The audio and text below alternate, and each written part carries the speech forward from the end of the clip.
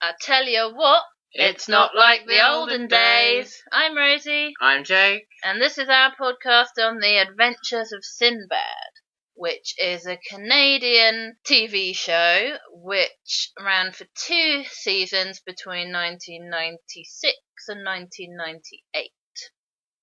But of course neither of us watched it at that point. Rosie has a very interesting story about how she discovered it a little later.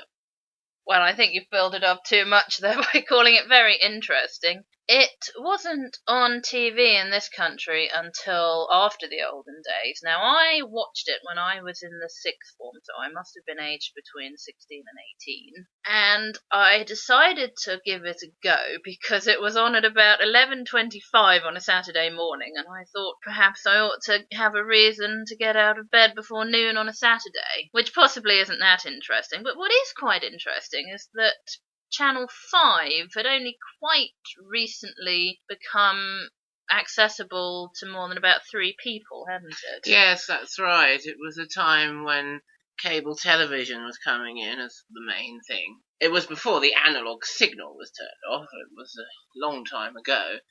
But Channel 5 was, I think, trying to build up a profile as a proper main terrestrial channel at last. And it brought us quite a few interesting things that were some of them quite old or quite new, like The Incredible Hulk was one, and I think Sinbad was another, and I do think that was the first time it had aired in this country, as you said. I'm sure it was, and it was on their Saturday morning kids TV thing called Milkshake, and it had all kinds of things that you never heard of on it, and the last thing it had was The Adventures of Sinbad, and I can just imagine Channel 5 execs putting together their Milkshake schedule, saying, what can we get that older children and families will enjoy on a Saturday morning? This Adventures of Sinbad looks all right. Let's give that a go. Children ought to like it. And I don't know how many of them did, but I liked it when I was an older teenager. It's got a few fans online, and sometimes, not always, sometimes they express a little bit of embarrassment at having liked it when they were younger and go, oh, it's a bit stupid, isn't it? Which it is, but I liked it, and I like it now, and I'm not ashamed, because it has a certain charm about it, doesn't it? You can certainly see the appeal. Yes, a lot of the best shows are a bit stupid, and that's part of the fun of them. My comment about Sinbad when I sit down and watch it, which I've now done twice, is it's not pretending to be anything it's not the first season. It knows it's a bit of a fun romp, a bit low budget, not the best actors in the world, but all rather getting into it and rather fun and appealing. And it's just a fun thing and a good thing and something that obviously they enjoyed making and we could enjoy watching. It doesn't have the mysteries and secrets of the universe in it, like the Mysterious City of Gold, but it is a good thing for what it is. Yes, you can probably work out from the title, if you didn't know already, that it's about Sinbad and his crew, mostly the central characters, but there are extras in his crew as well, going around on their ship, which is called the Nomad, which isn't obvious from the title, and they do things like save villages from a monster that's been terrorizing them, and there's one where they have to stop an evil man who turns people into stone, and things like that. There's a fantasy element, I think, to all of them in the end, even if it was a small one. There's a lot of political elements, a bit like Star Trek, really, going round and saving civilizations, freeing them from tyranny and things. Yes, a lot of the early series episodes have a sort of tyrant character, don't they, that Sinbad and friends have to deal with. And another early tropey sort of character was the foppy prince sort of character who couldn't stand up to the tyrant, which they had a few times. So it's just general seafaring, island-hopping adventures, but are rather fun and sometimes quite interesting. Let's talk about the characters and the actors. As you say, the acting wasn't tip-top, was it? But what it did mean was that the guest actors, and there always were a few, could be a cut above them or a cut below them, and it would always work, which was quite useful. I find them appealing as an ensemble because the acting's fine, you get a good sense of the character, and they do it with such enthusiasm and passion. You buy into the characters in that way, rather than being pulled to the very limits of your emotions by their strong performances. You just kind of get into it with them. The lead character is Sinbad, obviously, played by Zen Gesner. He was a young Canadian actor. Now he's an older Canadian actor. He was in his mid to late 20s, I think, when they cast him as Sinbad. And he's very appealing, isn't he? Yes, I actually thought in the early few episodes he was one of the ones who did quite take a few episodes to get into it and really find his stride. And then he was playing Sinbad with great gusto and swashbuckling fun sort of thing. It's taking a while to find his feet, but he certainly brings the fun and appealing nature to the character that is necessary to make the series work. In many ways, he reminds me of He-Man's voice. I can't remember the name of him. What, John Irwin? Yes, John Irwin. The way he says the cheesy lines. They've got just enough cheese and just enough, oh, what a silly line, and just enough sincerity as well.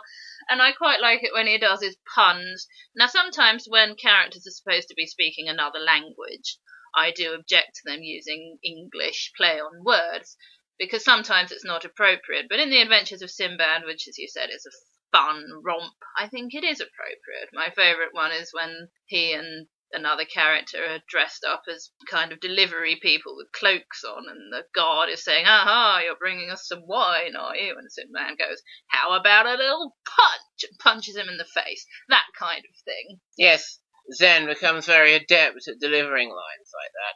And of course, yes, it wouldn't work if they were talking Arabic, but it's the fun of the show, and it's part of the farcical fun appeal, which is what you've got to enjoy it for, really. You don't expect it to be super serious. Just come in and enjoy it for what it is. He has a very good seafaring costume in the first series, doesn't he? He has sort of baggy trousers and a bandana sort of thing and a kind of shirt, and he looks like a sailor. Yes, a very good representation of what Sinbad the Sailor ought to look like when you see him in your mind's eye. And a bit later on, we'll expand on that point and you'll see why it's quite interesting. I've seen Zen Gesner speaking about Sinbad. He was showing somebody, actually this is on YouTube, he was showing somebody some swords because he was actually a sword expert. And he was saying that when he was starting out and he wasn't sure if he was going to get acting parts, he became an expert in swords and swordmanship and fighting, so that perhaps he could be a fight scene choreographer. So obviously had his feet on the ground there, thinking about possibilities. And who knows if he's had to fall back on that since Sinbad. Perhaps he has at times. Yes, if you look at his Internet Movie Database, you get bits and bobs. He's in Shallow Hal, for instance, and that thing with Jim Carrey. Yes, Me, Myself and Irene. That's the only place I ever have seen him, I think. But in this interview, anyway, he was speaking very enthusiastically about the Adventures of Sinbad, and they just aired the first series, or were airing the first series or something, and they were making the second series, and it's quite sad to watch, actually, after what happened with the second series. Zen speaking about how much they were enjoying making the show, and how the fans had been receiving it, and how some kids saw him on a train and went, "Oh my God, it's Sinbad!" which is what I'd say if I saw Zen Gesner on a train. So obviously he has a lot of love and affection and enthusiasm for the show, which is wonderful, and that really comes across in his performance as Sinbad. Let's go through them in the order that they are credited in the opening titles, shall we? Next is George Boozer as... sounds a bit like George Boozer, as in drinks a lot of booze, doesn't it? B-U-Z-A is how you spell it. Who plays Dubar. Who does drink quite a lot of booze. He's a lusty type of character. He's also Sinbad's older brother. And if you look him up on the Internet Movie Database, it'll say he's played a lot of parts like biker and man with beard. And lately he's been getting cast as Santa quite a bit, hasn't he? Yeah, when I looked him up when we watched it a few months ago, I think I saw he played Santa 3 times in the last couple of years, and it does make sense because he's a big man with a big beard, and now that he's 20 years older, I'm sure he looks exactly like Santa. Back to Dubar anyway. The kind of character that he is does things like plunge headfirst into fights and do lots of heavy lifting, and sometimes he has superhuman strength and can bend bars. And sometimes he doesn't, but he can just do things like knock people over and break down doors and things like that. Yes, he's one of these characters who's cut from the same cloth as people like Little John, if you'll watch something Robin Hood based, or the Porthos/Athos character from D'Artagnan and Three Musketeers, Hounds. He's your big, strong character who is quite headstrong and in some ways might be perceived incorrectly as big and stupid, but who actually has a lot more going on under the surface. And one aspect of him I like in Sinbad is that he is Sinbad's older brother. They have been orphaned for quite some time. He's a father figure to Sinbad and to the rest of the crew at times. He has a lot of experience on the seas and in the ports and of life, and is a good source of advice and information. So there's quite a lot to Dubar, and he's quite an interesting and very useful character to have on the ship. Yes, that's very true. The chief man who makes and writes Sinbad is called Ed. And now I always pronounce it Nahar because that's how it's spelled, but it's probably not pronounced that way at all, is it? Well, it could be Nehe or Nehar or anything Well, like that. yeah, something like Nah or Naya or something like that. But anyway, we'll just call him Ed, shall we? Ed's episodes quite often explore the relationship between Dubar and Sinbad, and how Dubar has had to bring Sinbad up, and how he understands him, knows him better than anyone, the struggles he's had to face, and that's all quite interesting. Some episodes in Series 2 seem to forget that Dubar and Sinbad are brothers at all, don't they? Yes, they'll probably fall back into, here's the Big Oaf character territory, but yes, that's a symptom of Series 2 diverging, which we'll come on to in a bit. Next is Tim Progosh as Feruz. The most obvious thing you get about Feruz is that he's the ship's inventor. Actually, he's the ship's doctor, but he doesn't get to do a lot of medical doctoring. He does inventing and coming up with ingenious solutions to things by inventing catapults and dynamite and things like that. He's your general scientist, occasionally sort of mad scientist and physician sort of character, useful to have on the ship, useful to have on the show. One aspect of they do slightly overdo with him, I think, is he's a bit of a skeptic about some of the more fantastical things they see. And I think they reach a point in the series where they're still showing Feruz as a bit of a skeptic, and I think that's kind of redundant by now after everything they've done. Yes, he's getting ghosts. Pfft, come on! And last week they'll have been battling a sea monster or a giant rock creature. Yeah. I do enjoy Tim Progosh's performance, particularly as Feruz. He has a catchphrase, doesn't he, Feruz? I've forgotten what it is. Point of fact. Yes. That's his catchphrase. Which sums him up very nicely, doesn't he? He's interested in facts and how to use those to make good things happen, further the progress of the world. And he uses that to sort of correct people's misconceptions of what's magic and what's science and that kind of thing. He's a bit sort of eccentric, like these characters often are. He's quite a trope himself, actually. And they all kind of are, but that's all right because it fits in with what the show is and what it's like. He can be quite amusing if he gets something humorous to say. I think he does that very well. One episode I do remember quite well is one called King Feruz, where he's manipulated into being the king of these people, and then manipulated into letting them use one of his inventions as a weapon, which is something he's very much against. He invents things for peaceful purposes and useful purposes to help mankind. He starts to realise what's going on after the bad people have put Sinbad and everyone in prison and stuff so that they can't get to him, and he's starting to get upset, and when he says, "I want to see my friends," I really got the emotion in that scene. Yeah, that's very good. He's one of these men of science type characters who perhaps doesn't naturally form very good relationships with people and can be emotionally manipulated in that way, a bit like Izzy from Digimon. So that's an interesting thing to do with Peruse, certainly. I'd like to talk about his first appearance, actually, before we move on. You do very much get a good idea of the character. Same with Dubar, actually. Sinbad's put in prison and discovers Dubar there, and they haven't seen each other for a long time. And Dubar's chained to the wall. Yes. And he sees Sinbad, and he's like, "Hey, Sinbad!" And he rushes towards him, and the wall all collapses. And you're like, oh, Dubar, I could have pulled down that wall he's chained to whenever he wanted, but he didn't really have the trigger to do it until he saw his little brother, who he feared was dead, which is quite nice. Following on quite nicely from that is Firuze's first appearance, where Sinbad goes to knock on his door to recruit him back onto his ship because they have to go and get this princess back who's been kidnapped and stuff. And Firuze is in the middle of an experiment, and he's going, Sinbad, hold that for me, and that kind of thing. And he says, I thought you were dead, and then carries on with what he's doing. Very good character establishing moments there in the pilot. That's making me think of Rongar, actually, which is the next character we need to talk about. He's played by someone whose name I'm not sure how to pronounce. Oris Ahuru is how it's spelt. Sorry if I got your name wrong, Oris. And actually, he's originally from England. Oh my god, he's British.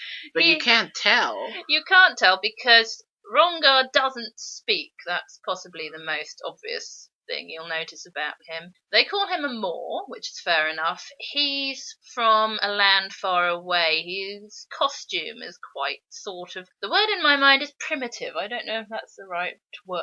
Yes, well, it's a fairly descriptive word, and we haven't got a more PC one at the moment. Tribal, perhaps. He wears a sort of tribal costume, and he does appear very different from the other characters. And he doesn't speak because he has got no tongue. And you find out the details of why that is in Season 2, actually, don't you? Yes, one of the far better Season 2 episodes is Rongar's story or history and how he's come to lose his tongue and be dispossessed, spoilers, of his kingdom, which is a very interesting episode and one that's well worth having in there. Earlier on, they tell you some short version of that story of how he lost his tongue. I can't remember it, but anyway. Rongar's a throwing knife expert. He is a crack shot with his knives, which Sinbad calls dirks. And I don't think they are dirks, really. They're long Highland knives, as far as I know. But that doesn't really matter, because in the show, you don't really need fine details like that to be spot on to enjoy it. I'm trying to remember his first appearance, actually, and he's a friend of this other character called Mustafa, who dies, spoilers, in the second part of the two-part pilot, or first episode. And they're not sure if they can trust Rongar, are they? And then he saves Sinbad, or intervenes to help Sinbad escape from this spy who's spying on him, possibly about to attack him, and then they realise that Rongar is their friend. That's right, isn't it? It's the classic, oh my god, he's attacking us. Oh no, wait a minute, he's attacking that other person who we never even noticed was coming to kill us. Another trope, but used so effectively in a show like this that it works. But with Mustafa, you kind of know he's going to die soon because they're getting all their gang together, and then you get the opening music with the main character in it, and he's not there. Yes, he would have been credited between Firuze and Rongar if he was going to be in it properly. Because he knew them of old. Dubar, Sinbad and Firuze knew each other from when they were sailing previously. And Dubar and Sinbad, having got back together, say, well, we must go and get Firuze for our voyage because we like him and we know him and we trust him. They only meet Rongar through this Mustafa character, and then they forget all about him until actually the very, very last episode, which we'll talk about later. Oris's performance as Rongar is very good because he has to use his face and his body to do everything. He conveys a lot through, particularly his facial expressions.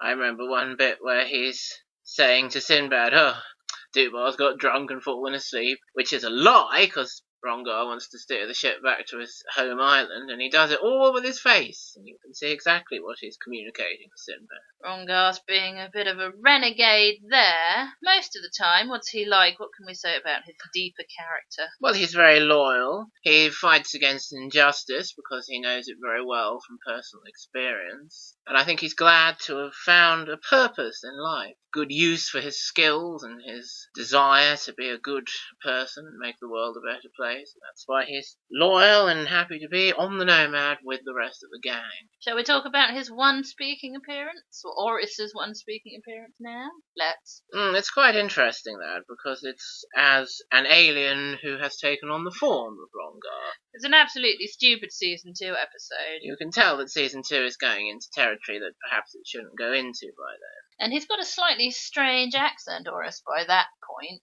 A mix-up accent. Yes, having worked in other countries and been brought up in England. But when you know, you think, oh, yes, I can hear the English in there. And he certainly has a presence as the voice of the aliens that certainly backs up what they're going for in that scene pretty well. Which brings us on to Maeve and Dermot. We'd better talk about them together.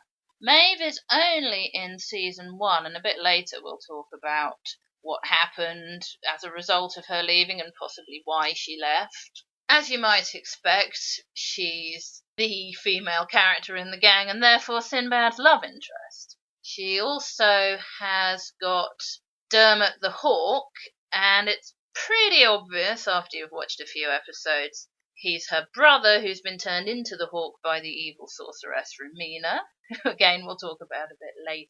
And they're supposed to be Irish. And when Maeve first appears, played by Jacqueline Collin, by the way, when she first appears, she occasionally does a bit of an Irish accent, and she says things like, "Have you not a tongue in your head?" But she gives it up after about 3 episodes. Which is probably a wise idea, because she's not very good at it, and it's much better when she's sounding more natural. Yes, and it doesn't matter anyway, because none of the characters is American, but they've all got their North American accent. I think Jacqueline actually is from the USA rather than Canada. I like Maeve because she certainly brings something to the feel and the atmosphere of the show.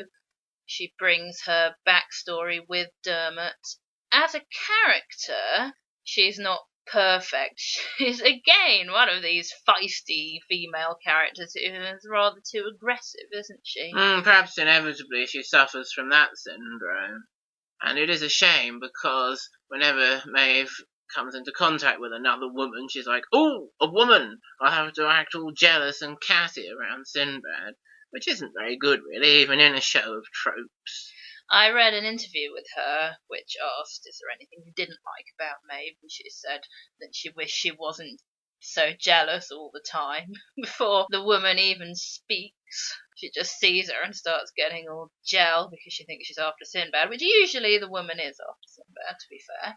And that's one thing that's better, it might be appropriate to say on a side point here, about Maeve's replacement, as it were, in Season 2, Bryn, who is a nice woman. Yes, we will talk in more detail about Bryn later, of course. A lot of things to talk about later, haven't we? Dermot is played by Dermot the Hawk. It actually says in the credits at the beginning, Dermot as himself. And I think, well, that's not quite right, is it? Because he's playing a hawk who used to be a person. Who's also called Dermot. He's rather good. I mean, children ought to like him, oughtn't they? Children like animals in their shows. He sits on Maeve's hand a lot of the time. I think eventually, does everyone get a go holding Dermot? Yes, by the end of Season 2, we saw that all the main cast had the falconry glove and held Dermot at some point, which was rather nice. And he's a very good actor. He knows all his lines. If he thinks the other characters are being a bit stupid, he'll sort of be kind of a thing. And he knows where to fly, and he knows what rock to sit on and all kinds of things. And actually, he has really good chemistry with Sinbad, especially once they start getting into it a bit.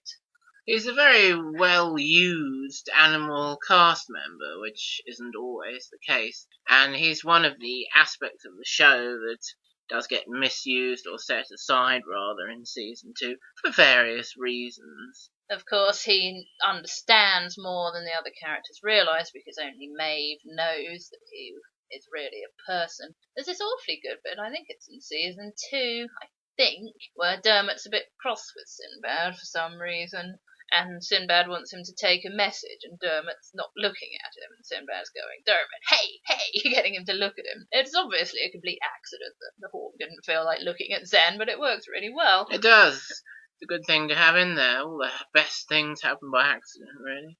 Another very interesting thing with Dermot is where, in a very early episode, they have him and Maeve communicate telepathically, and you actually hear Dermot's human voice. But they obviously decided, the production team, that they didn't want to have that and stick with that. Perhaps they thought it took away a bit of the mystery of Dermot. They didn't want people to come into the series and immediately see, oh, he's a person actually. Perhaps to just add to the overriding plot, mystery, magical sense of the whole thing. I think that was a good idea. It's a bit late, really, isn't it? After in about episode 3, he's had one line, which is, "I will find him for you, my sister." Oh, yeah. That's it, then. Very revealing, that line. It tells you all you need to know about the relationship between Maeve, Dermot, Rowena, and it feeds a lot of imagination to do with the show. I was actually very surprised when that happened, when I found the episodes on YouTube. I've got a sort of feeling, and I could be wrong, but I've got a sort of feeling they actually cut that from Channel 5. Maybe they thought it was giving away too much. Maybe they got sent a version where it had been chopped out. It's quite possible, either one of those. Another thing they do with him is that they have him be sort of overprotective of Maeve when he's starting to think that she's getting too interested in Sinbad. But after a while, he starts to trust Sinbad and thinks, okay, maybe they can be a couple. Of course, they never do. It's quite a clever thing to do with a Hawk actor. All that depth and characterization. So those are the main protagonists in the first series of Sinbad.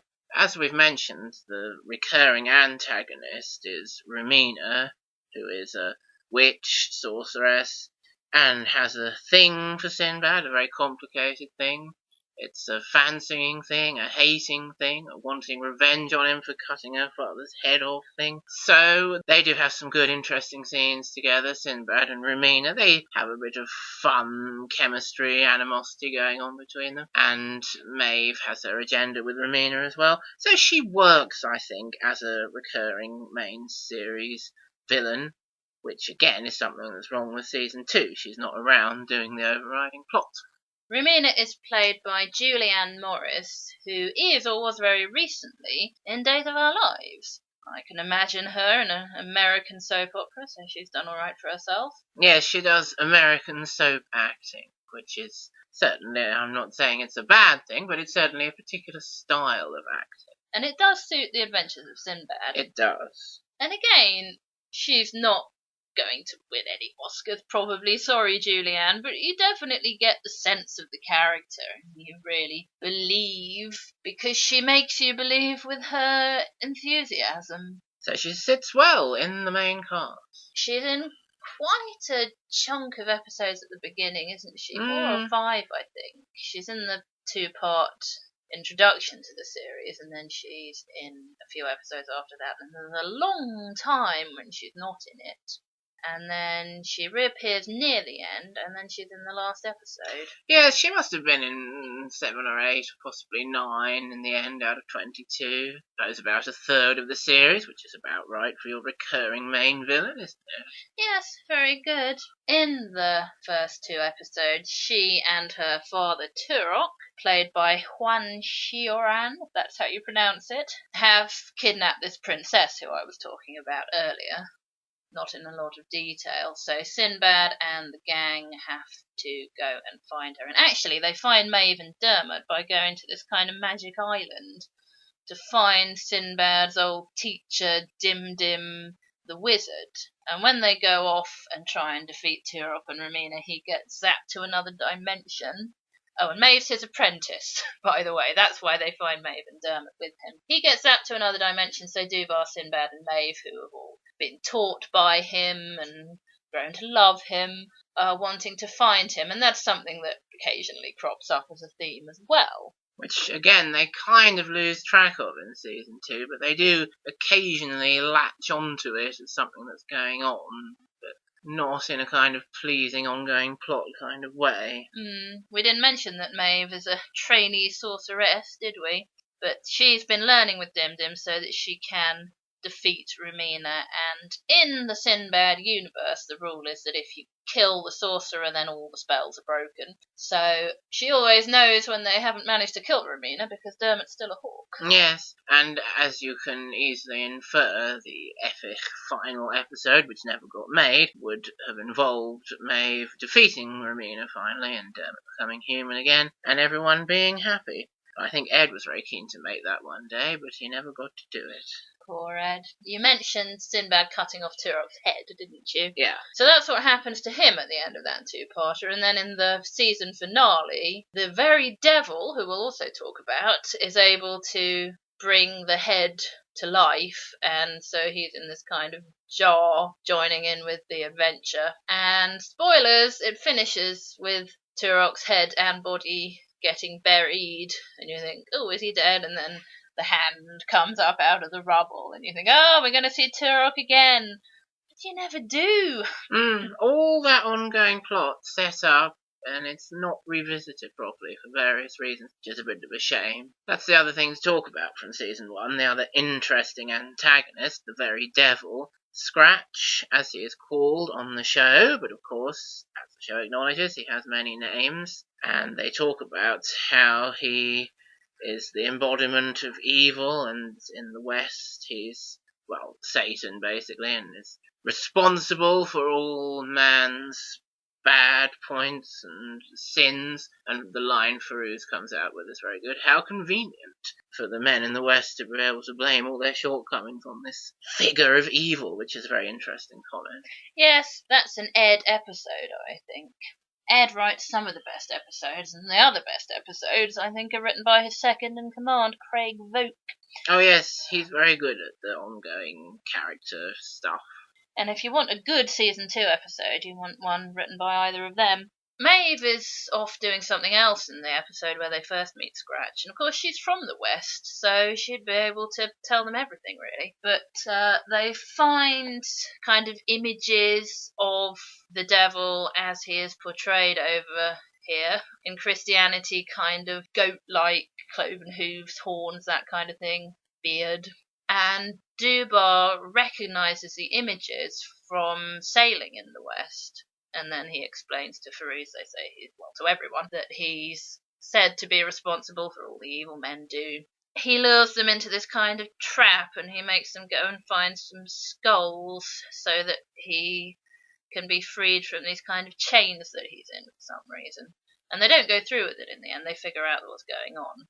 He's set them in the guise of this beautiful woman, you know, the kind of thing. But the next time we see him, he's not trapped anymore, but he's the devil, so you can imagine that he can get out of that kind of situation without Sinbad's help. But then he's got this kind of vendetta against Sinbad, hasn't he?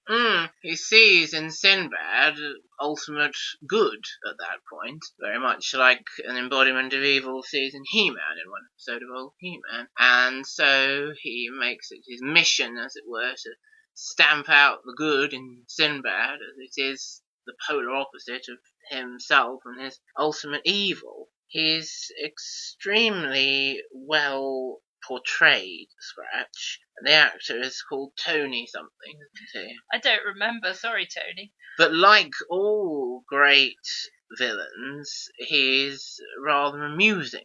He's played for laughs. Well, he makes us laugh with his wry comments about what's going on in the show and the characters, character relationships. And he kind of taunts the goodies with humour, which is, again, quite tropey, but it's a very effective thing for a villain to do if it's played in the right way. And it is played in the right way with Scratch. You could call him the main villain of the show, as he's the source of evil, and he shows himself as having power over Rumina and Turok, and perhaps they become his playthings, his pawns in that end of first season setup that is set up so nicely and doesn't get properly revisited. So he's certainly a character that adds a lot to the show and always should be talked about when talking about antagonists at Sinbad. Definitely, and I think we'll talk about him some more in a bit. I think we should talk about Season 2 now. Yes. One thing that they did was that they rearranged the music. They made it much to epic, as it were. They have kind of explosive sound effects and that kind of thing. They cut straight to the climactic end after a few bars. And you get the feeling, oh, they've tried to sex it up a bit here. I wonder if it's going to be as good. And the answer is no. Yeah, the music and the pictures that accompany it are the complete microcosm of the rest of the season, season 2. It's trying to be far too exciting, far too sexy, far too serious in some ways. It's not really the fun, farcical thing anymore. It's gone away from what makes the show work. They're coming at it from the wrong direction, and the show does suffer as a result. They're trying to take it too seriously, aren't they? Yes. And I'm sure they must have alienated those kids on the train. Those kids on the train. They're not going to want to see Sinbad looking all sexy. Well, it depends what they're into, really. They are not going to have the fun and engaging, adventurous aspects of the show they've engaged with so much before. When it comes to making Zen look sexy, I do think that less is more. In season 2, they give him leather trousers, tight leather trousers, and this tight kind of t-shirt thing, a kind of trendy haircut. Most ridiculous sexy hair. And stubble, and they think he looks sexy. I mean, I preferred him before, and he looked more like a sailor as well. He doesn't really look like a sailor anymore. And to match his new, darker in some ways image, he does become less of a force for ultimate good. He does go around slicing people open with his sword and stuff, and not really caring about the plight of the defenseless villagers as much as he used to. And the puns become throwing a sort of innocent bystander or someone who's not the main antagonist onto a load of spikes and impaling him and going, I think he got the point. They've taken away the complete essence of the character and sexed it up and dumbed it down in many ways to try and appeal to a different audience, wider audience, and it's just not working. And you can tell that Ed hates the new direction of the show and of Sinbad as a character by what Scratch says to Sinbad in the final episode of all, which I'm sure we'll talk about at the very end. I think we should. If you read interviews with Ed, he says that he didn't like some head honcho coming in and making all these changes. He says that these people were responsible for not being allowed to go on with the Romina plot. Which is a great shame. Part of that, I think, has to be down to Jacqueline's decision to leave. And another thing Ed says is that she seemed to be on board, which I find quite interesting. Shortly after that, she gave up acting. She made guest appearances in a couple of things like Beverly Hills 90210 and Conan the Adventurer, but she didn't commit to a whole series of anything else, and it's just a few things. And if you read what she has to say about it, she said that she decided she didn't like acting, she didn't like pretending to be someone else. She's a very sort of spiritual person, and she wanted to go and breed horses and run a shop where she sells pictures of fairies and things like that. And I suspect if she was already kind of on the fence, do I want to carry on acting, and then someone came along and ruined her show, that could have tipped her over onto the side of, I'm not doing this anymore, I'm going to go and see if I like acting by doing some guest stints and other things. Yeah, I'm sure that's what happened.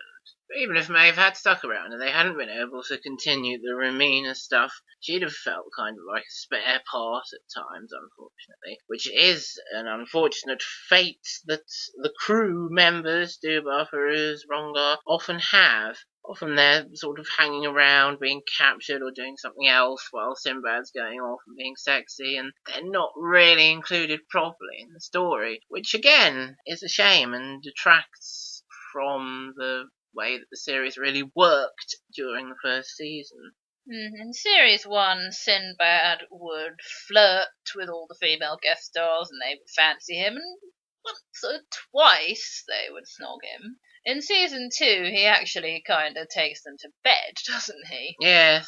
Not on screen, but it's very obvious what's been going on. So that's another way in which the show is sexed up / dumbed down, I think it's time to talk about Bryn. Yes. Played by Mariah Shirley, and she's very good, I think, in all these interviews and things that I've read with Ed. He praises her enormously and says that she went a long way to, in some ways, redeeming the show after the shock of Jackie leaving, after all the problems that these people from the network caused. And it's quite interesting because, now this isn't so much of a spoiler because it's never revealed in the show, but it has been revealed since that she was going to be revealed to be Rumina's sister, who has been stranded on an island with amnesia because she is the light side, this is how Ed phrases it, of Turok's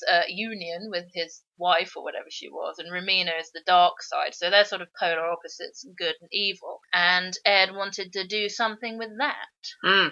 You can tell he wants to keep his overriding plot, and who can blame him, even when the executives don't want him to, so he included Bryn in the whole thing.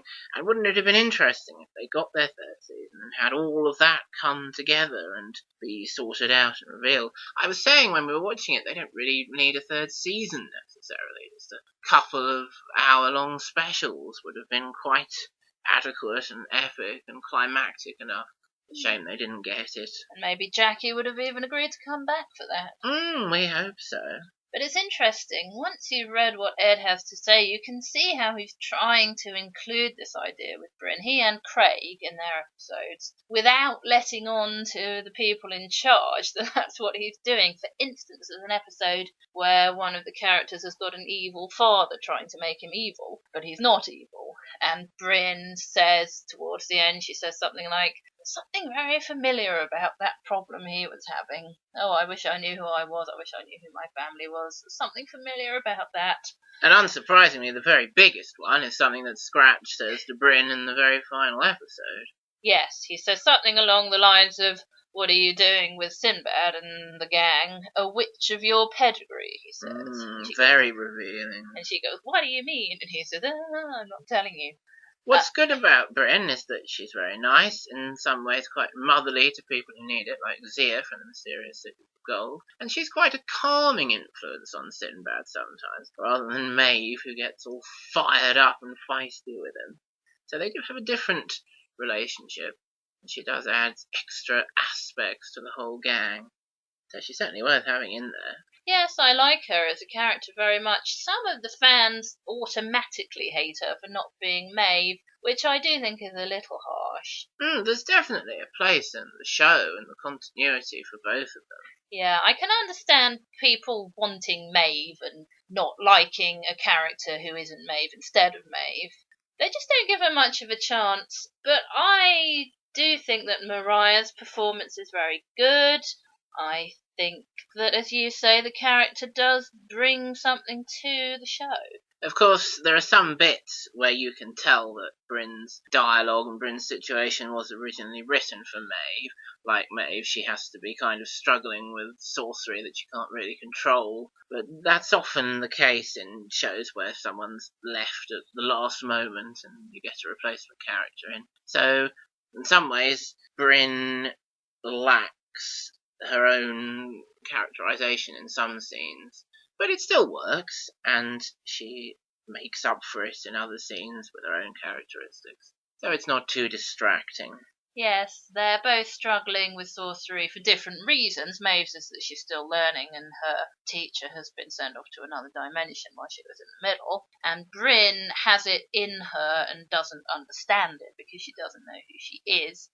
And then in those episodes, which were written for Maeve, the consequences are very much the same. And there are a couple of quite early ones where they've only just met Bryn, and Dubar hardly knows her, and he starts going, "Oh, Bryn, can't you do some magic?" It's obviously meant to be talking to Maeve. For Maeve, so that's where it doesn't quite work. That's reminded me of what I was saying earlier about Dim Dim, and he does make 2 or 3 appearances in Series 2 as a disembodied voice giving advice or information, and that's not Craig or Ed's episodes, and it's obvious someone's taken the basic concept of Dim Dim is this wise old teacher wizard who they're looking for and is somewhere in the ether, who turns into a kind of Mufasa kind of figure, which doesn't fit in so well with the overriding plot as it should, which is a bit of a shame. Of course, in the first episode, which introduces Bryn, he appears as a kind of wobbling light in the sky to explain what's happened to Maeve and to say, it's a good thing you've got Bryn, look after her, she'll be useful. And he doesn't even have the same voice as before, does he? It's not the actor from the first series, which is a shame. So this light appears and says, oh, Sinbad. And Sinbad goes, Master Dim Dim. And Jake goes, oh, well recognised. Very well recognised. What has happened to Maeve, by the way, is that they've used a combination of bits of footage from the first series and a body double to make it look like she's fallen overboard. So she's kind of missing for that episode, and then they go and they find Bryn on this island and they do a sort of King Kong parody, and it's not a bad episode actually, but that's because Ed wrote it. And then at the end, this wobbly light who's Dim Dim comes along and says Maeve's been sent to this other dimension where I am because she's not ready to defeat Romina yet and she would have been killed. And you kind of think, oh, okay then. It could have worked. It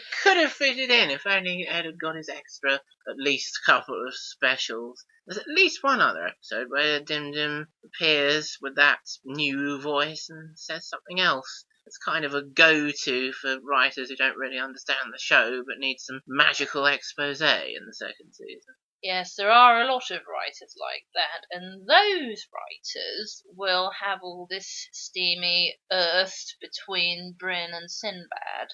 I like Bryn as a character, as I've been saying. I like her as an ally to Sinbad and the member of the crew. I don't like her as a love interest. I don't know if I'd feel differently if I hadn't already got interested in Maeve as the love interest. I do think Zen and Jackie have better chemistry. But Craig and Ed won't ever do that. They're not going to compromise Sinbad and Maeve. There was one episode where I thought maybe Craig had written it for Romina. Oh, yes.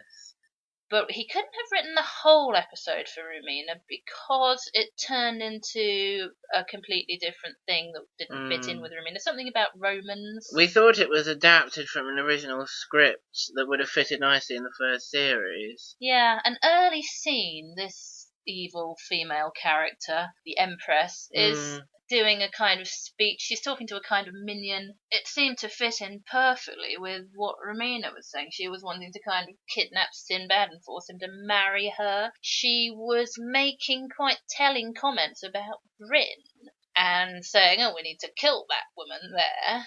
And if it was Romina knowing that that was her sister Bryn who was going to be a danger to her, that would make a lot of sense. Most of the potential in the second series there is something to spot beneath the surface and is largely unrealised, which is a bit of a shame. Another episode, another Craig Voke episode we definitely need to talk about, is the one with Hell. Yes, well, that's very interesting because it became obvious quite quickly that the hooded figure who is in charge of Hell, and is obviously the devil, has lines that were written for Scratch as he appeared in the first series. It's very witty, canny dialogue that just would go perfectly with Scratch's delivery, and of course this hooded figure has this big vendetta against Sinbad. So obviously it is Scratch, it is the devil, but he's in another form, this generic hooded figure form.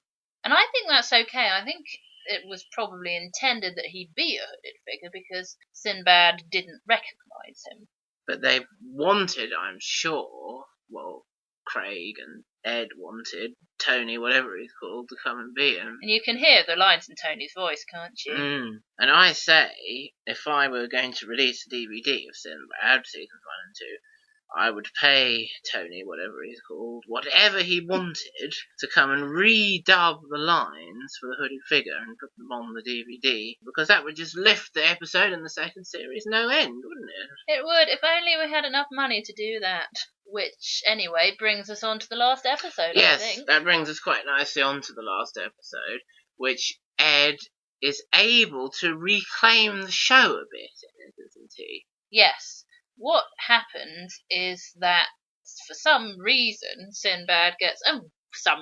Maeve's body double, with a kind of bag over her head or something, lures him into this cave where Scratch is. And of course it's not really Maeve. He goes chasing after her just in case it is Maeve, and it turns out to be a kind of monster with her dress on. Nice insertion of the old Maeve and Dermot background music there to remind us of proper times in the old series. That's right, I think the score actually is used very effectively in Sinbad, especially the first series. While this is going on, Scratch shows Sinbad visions and things that he's done in the past or in previous episodes, and makes him start to think that he's not pure of heart, and in that way tries to claim a right to Sinbad's soul. Yes, very interesting. And that's where Mustafa comes back in. One of the things that Scratch shows him is the death of an innocent, death of a friend that Sinbad feels guilty for. And it goes back to the pilot episode for that. And he also shows Maeve falling overboard, and he goes, "Oh, there goes your girlfriend." Absolutely brilliant deliveries there. Wry, sarcastic, on the ball, witty, absolutely excellent work from Scratch. And he talks about Sinbad going around cutting everyone up with his scimitar, which he's been doing in the second series. A lot of what Scratch says is what Ed knows is wrong with the second series. One of the first things Scratch says is, "Oh, look at your new look. You're dressed like you're evil now. You're obviously halfway to joining me already." And it's very good the bit he says after he's shown Sinbad cutting open people's guts and things, isn't it? "Every time you kill in anger, the closer you get to me." It's very effective, all that stuff. Very pleasing final episode after the series has very nearly gone to hell, as it were. Yes, it really could have reclaimed the whole thing if Ed had been able to finish off his lovely plots and themes after that. We'd have nothing to complain about, really.